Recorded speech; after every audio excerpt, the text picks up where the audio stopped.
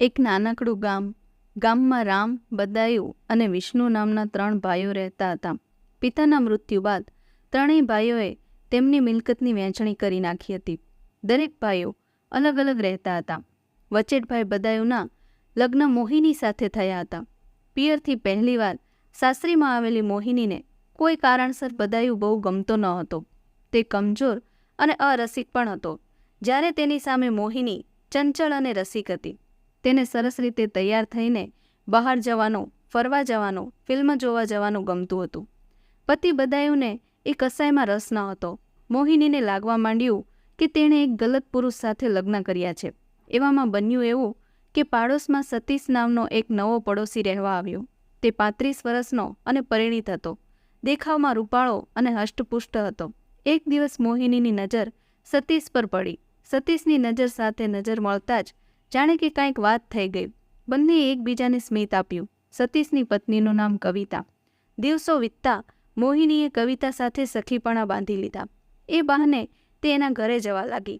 મોહિનીએ સંબંધોની આડમાં સતીશને જીજાજી કહેવાનું શરૂ કર્યું. સતીશ પણ કોઈ મોકાની તલાશમાં હતો. એક દિવસ બન્યું એવું કે સતીશની પત્ની કવિતા ખોળો ભરાવીને પ્રથમ પ્રસૂતિ માટે પિયર ગઈ. મોહિનીનો પતિ બદાયુ સવારથી જ ખેતરમાં જતો રહેતો અને છેક સાંજે ઘરે આવતો.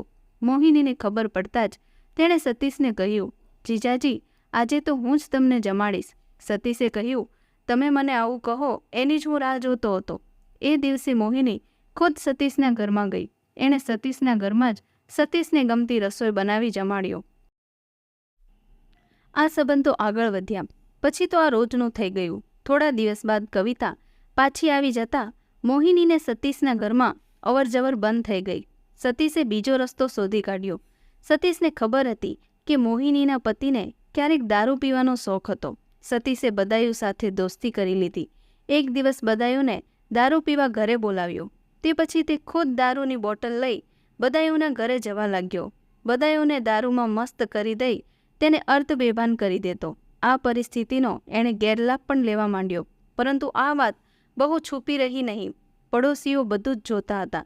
એમણે બદાયુને ચેતવ્યું કે સતીશ રોજ રાત્રે તારા ઘરમાં આવે છે તે બરાબર નથી. તારી પત્ની તારા કાબૂમાં નથી. બદાયુને આ વાત હાડોહાડ લાગી ગઈ. એણે મોહિનીને ખખડાવી નાખી. મોહિની તેની સામે થઈ ગઈ.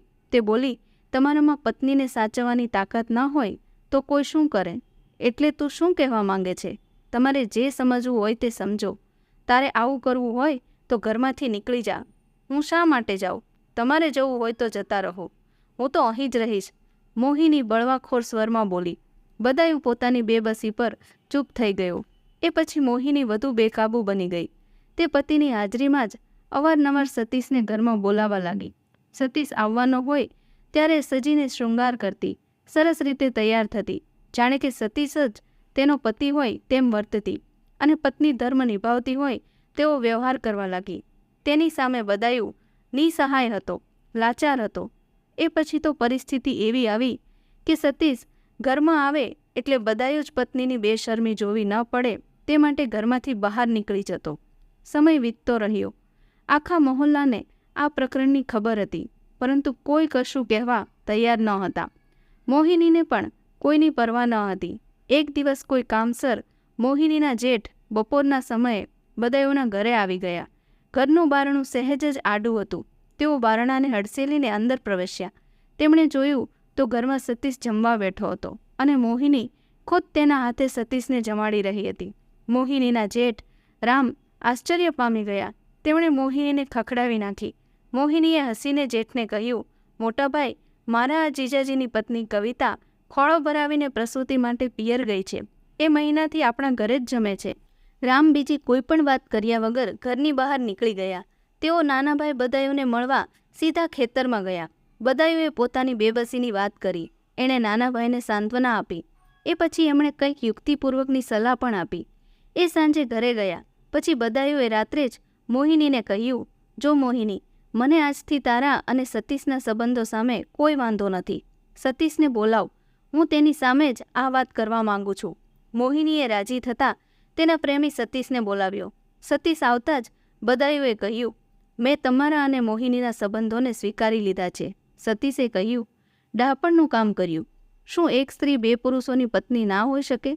જો પત્ની ઈચ્છતી હોય તો બીજાને વાંધો ન હોવો જોઈએ. તમારી પત્ની તમારા જ ઘરમાં તેના હાથે મને જમાડે તો તમારે વાંધો લેવો જોઈએ નહીં. બદાયુએ કહ્યું, મોહિની ઈચ્છતી હોય તો મને વાંધો નથી. બોલ મોહિની, તું શું ઈચ્છે છે? હું તમારી અને સતીશ એમ બંનેની સાથે રહેવા માંગુ છું, મોહિની બોલી. કારણ કે હવે સ્ત્રીઓ સ્વતંત્ર છે, સમય બદલાઈ ગયો છે. બદાયુએ કહ્યું, તારે બેની સાથે રહેવું હોય તો મને વાંધો નથી. સમય વહેતો ગયો. એ દિવસ પછી સતીશ બિંદાસ બદાયુના ઘરમાં આવતો ગયો. આ વાતને 3-4 મહિના વીત્યા. હવે તો સતીશની પત્ની કવિતા પણ બાળકને લઈ પાછી આવી ગઈ હતી. એક દિવસ સતીશ બહારગામ ગયો હતો. તે રાત્રે પાછો ફર્યો. એણે પોતાના ઘરનું બારણું ખટખટાવ્યું. બારણું અંદરથી બંધ ન હતું. બારણું અડસેલ્યું. તે અંદર ગયો. લાઇટ કરી સીધો અંદરના રૂમમાં ગયો. એ અંદરનું દ્રશ્ય જોઈ આભો બની ગયો. તેના ઘરમાં બદાયુ જમવા બેઠો હતો અને તેની પત્ની કવિતા બદાયુને જમાડી રહી હતી. જે કામ તે બદાયુના ઘરમાં કરતો હતો એ જ દ્રશ્ય એણે પોતાના ઘરમાં જોયું. પોતાની જ પત્ની બીજાને પોતાના હાથે જમાડતી હતી. આ દ્રશ્ય જોઈને સતીશ સમસમી ગયો. સતીશે ત્રાણ પાડી, આ બધું શું છે? બદાયુ બોલે તે પહેલાં સતીશની પત્ની કવિતા બોલી, જો પત્ની ઈચ્છતી હોય તો તે બે પુરુષ સાથે કેમ રહી ના શકે? આ દેશમાં સ્ત્રીઓ હવે સ્વતંત્ર છે. સતીશને તેની જ ભાષામાં તેની પત્ની કવિતાએ જવાબ આપ્યો તો સ્તબ્ધ થઈ સાંભળી રહ્યો. કાંઈ પણ બોલ્યા ચાલ્યા વગર ઘરની બહાર નીકળી ગયો. કવિતા બોલી, બદાયુભાઈ, જુઓ તમે ઘરે જાઓ, ચિંતા ના કરો. આજનું દ્રશ્ય જોયા પછી મારો વર કદી તમારા ઘરે નહીં આવે. અને એમ જ બન્યું. સતીશની શાન ઠેકાણે લાવવા માટે બદાયુએ સતીશની પત્ની કવિતાને વિશ્વાસમાં લઈને માત્ર દેખાવ ખાતર જ એ દ્રશ્ય ઉપજાવ્યું હતું.